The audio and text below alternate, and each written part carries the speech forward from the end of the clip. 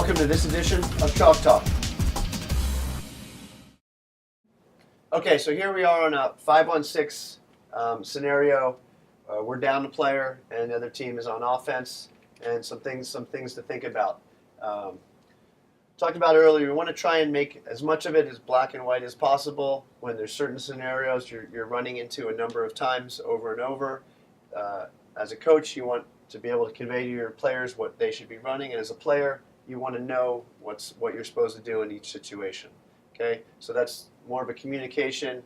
If you're a player and you're in this position, and let's say the ball gets thrown and an overpass, it goes over this player's hand, it goes into the corner, I should know what to do.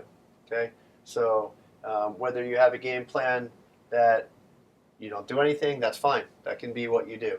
Or if there's a bad pass, every player knows that they go up into the lane, and all of a sudden overpass, this player comes into the lane, this player comes back, everyone goes over, and all of a sudden we're in a full press, leaving the ball over here, and then the next thing to discuss is, okay, this player goes and gets the ball. How long do you stay in this press? He starts to come in, or she starts to come in with the ball, or a lot of times a player will just sit out here at the lower level of the game and not really do anything, and everyone's pressed and they want to throw the ball, and then the time will expire and the player will come even. But as this player starts to come in, you've got to know when, okay, we're going to come home, this player's going to come back, we're all going to come into a normal 5-on-6 defense, and then go from there. So that's a good way to maybe just have a rule on your team. Any bad pass, everyone presses away initially for a few seconds, and that can earn you an extra 3 or 4 seconds on defense, which is really valuable. Okay, we can talk about another thing on 5-on-6 defense. When a team is rotating into a 3-3, if this player is wrapping up, are we following this player? What's this player going to do? You have to know what exactly your role is and your responsibility is from the defensive end.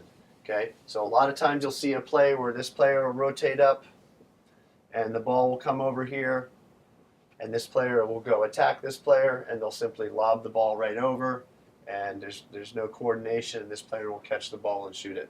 So you can do one of two things. You can say that, well, if this player rotates up into the pocket, okay, we talked about areas of responsibility. Now this player's responsible, and you're going to stay back, and you'll never let the ball come over your head, and this is still your player. Or you can have a situation where you say, no, you're going to attack, and this player needs to be here immediately, okay, and it's this player's responsibility. The last thing you want to have on 5-on-6 defense is a goal is scored, and no one's really sure whose fault it was, what was supposed to do. So as you're going over the plays that other teams might run, things you see quite often, and as a player, if you don't know what you're exactly supposed to do, it's your responsibility to ask the coach, in this situation, this happens, what am I supposed to do? And as a coach, you have to be prepared to have the answer. If every once in a while, maybe you don't know the exact answer, and you're going to say, you know what, let me think about that. I want to make sure we're all on the right page, we have the right system, and then you can all get on the same page for the next time.